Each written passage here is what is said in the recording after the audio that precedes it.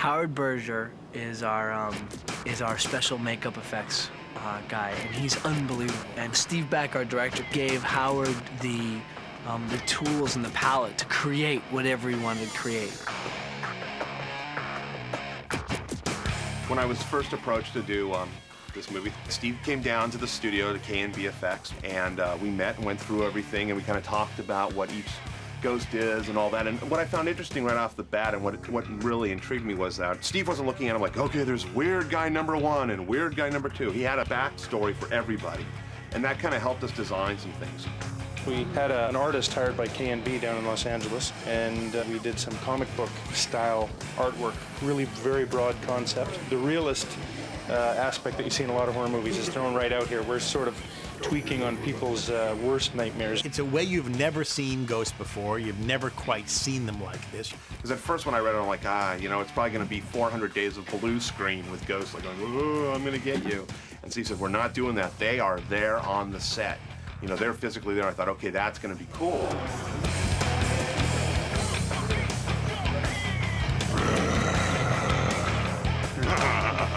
So based on that, Steve really liked that stuff, and then he took it and did some design work, some maquettes, and what maquettes are, they're little clay sculptures that represent what the character could look like, so that the director can look at them from all angles. Some of the makeups allowed us to play a little bit and actually design on the set.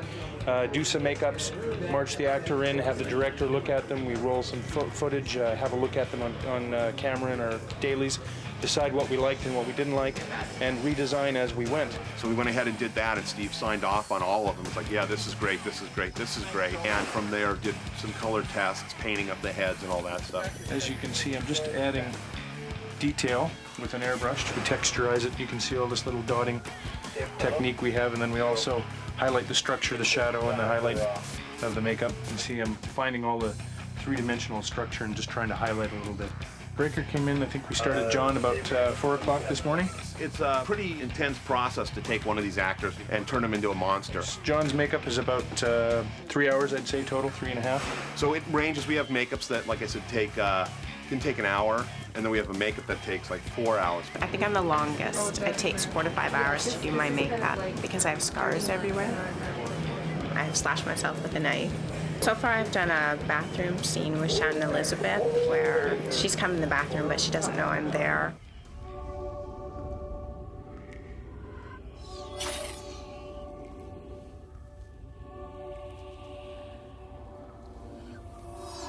Is it too scary? I mean, it's really scary. And he's got a full foam bodysuit on. I know this looks like a bunch of little pieces glued on, but this entire thing is rubber. Right up to here. And then he's got a piece that goes on the neck and the lower part of the face. He's got earpieces on. He's got a forehead that encompasses the eyes and the nose. An upper lip piece, a chin piece that encompasses the chin, and then he's also got hands that glue on separate and blend off onto the bodysuit. The more you do one character, the quicker you get. So when we, for Hammer, for instance, it initially took us 4 hours the first time, and now we have it down to, I think, about 2 hours. So that's pretty good.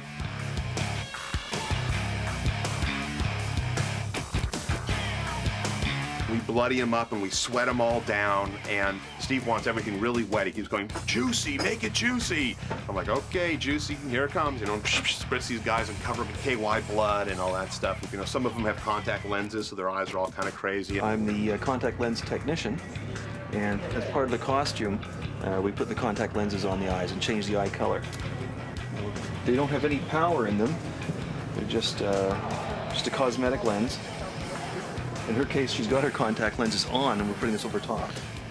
It was fighting me, but we got it.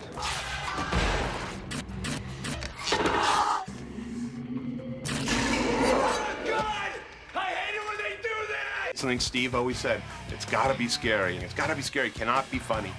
And it's real hard because there's very little that scare people. What we're doing what's called a float off in the business. Essentially, the area that's glued onto the face, all of those prosthetics are disposable, fully disposable.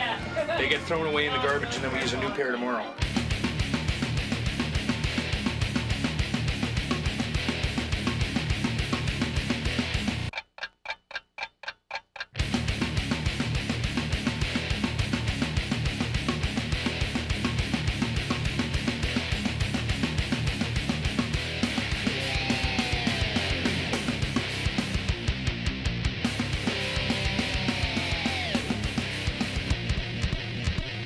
right,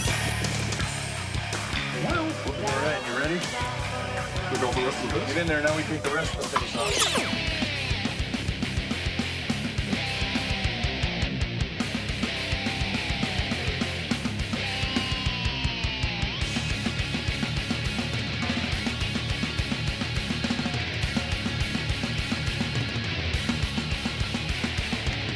Sleep is for beginners.